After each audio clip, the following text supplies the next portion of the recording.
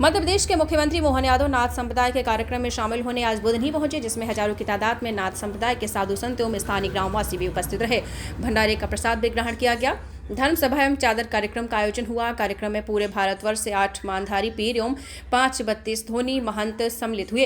इस धार्मिक कार्यक्रम में मुख्य अतिथि के रूप में प्रदेश के मुख्यमंत्री मोहन यादव, योगी बालकनाथ, विधायक राजस्थान राजस्व मंत्री करण सिंह वर्मा तथा विधायक रमाकांत भार्गव, महंत पीर योगी रामनाथ भी मौजूद रहे।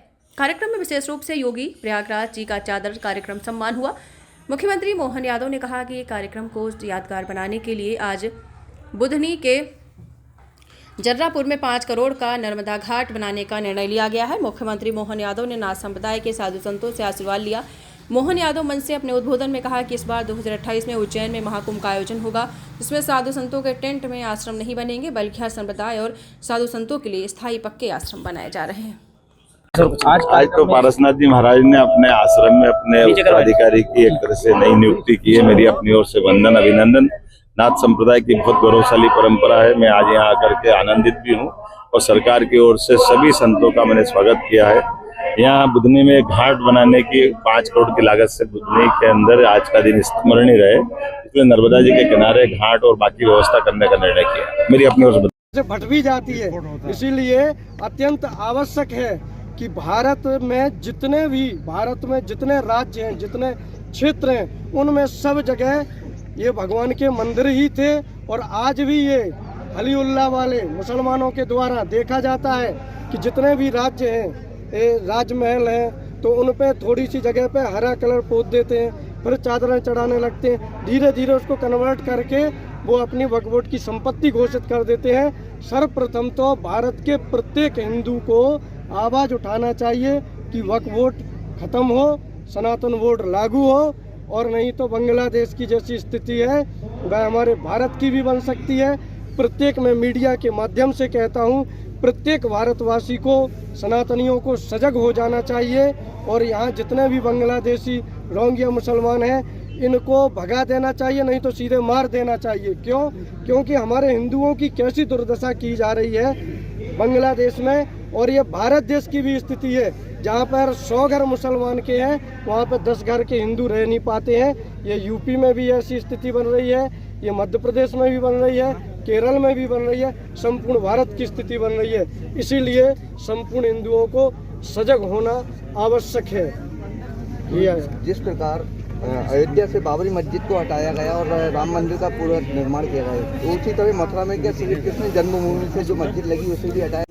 बोलो आज के कार्यक्रम के विषय में बताइए, क्या कार्यक्रम था, क्या? देखिए, आज का कार्यक्रम महंत पीर पारसनाथ जी, जिन्होंने 12 वर्षों का संकल्प लिया था ओम नमः शिवाय जाप का, और साथ में इन्हीं 12 वर्षों के मध्य में ही 12 ज्योतिर्लिंगों के दर्शन करें, और उसी संकल्प सिद्धि के उस संकल्प को पूर्ण आहुति के रूप में इस विशाल नाथ संप्रदाय की जो परंपराएं हैं उसके अनुरूप 8 मान 32 धुनी का भंडारा हमारे में श्रेष्ठ भंडारा होता है। उस भंडारे का आयोजन स्थान पर किया है और अपने शिष्य योगी प्रयागनाथ जी, जिनका नाम भी प्रयाग है, उनके नाम उनके पारसनाथ जी हैं, तो उनके पास जाने से और उनके रहने से, उनके समीप आने से, उनके ज्ञान गंगा से हर व्यक्ति का जीवन सोने की भांति चमकता है। और प्रयागनाथ जी महाराज जो उनके शिष्य हैं, उनके सानिध्य में रहने से जैसे ऐसा मानो प्रतीत होता है कि जैसे माँ नर्मदा, माँ गंगा का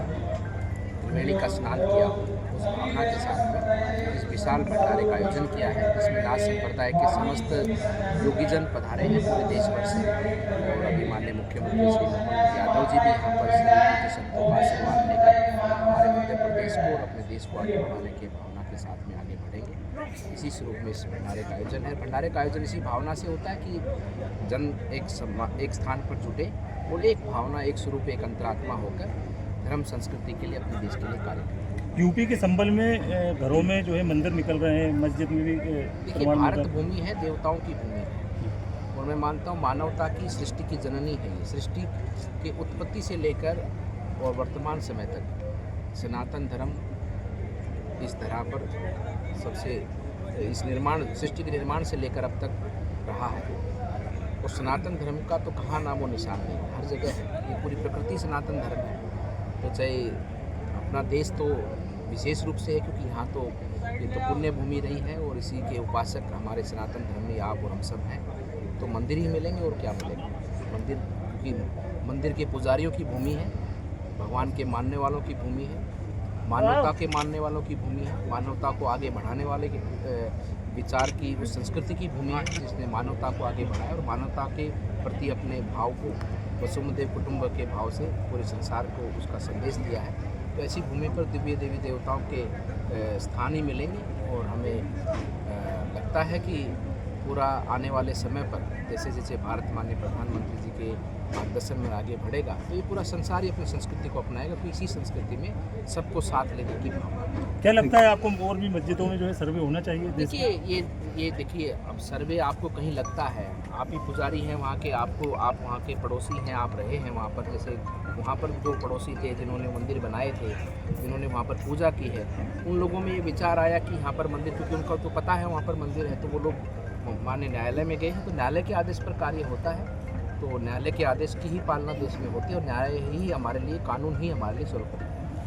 से भट भी जाती है। इसीलिए अत्यंत आवश्यक है कि भारत में जितने राज्य हैं, जितने क्षेत्र हैं, उनमें सब जगह ये भगवान के मंदिर ही थे और आज भी ये अलीउल्लाह वाले मुसलमानों के द्वारा देखा जाता है कि जितने भी राज्य हैं, राजमहल हैं, तो उन पे थोड़ी सी जगह पे हरा कलर पोत देते हैं, फिर चादरें चढ़ाने लगते हैं, धीरे धीरे उसको कन्वर्ट करके वो अपनी वक्फ बोर्ड की संपत्ति घोषित कर देते हैं। सर्वप्रथम तो भारत के प्रत्येक हिंदू को आवाज़ उठाना चाहिए कि वक्फ बोर्ड खत्म हो, सनातन बोर्ड लागू हो, और नहीं तो बांग्लादेश की जैसी स्थिति है वह हमारे भारत की भी बन सकती है।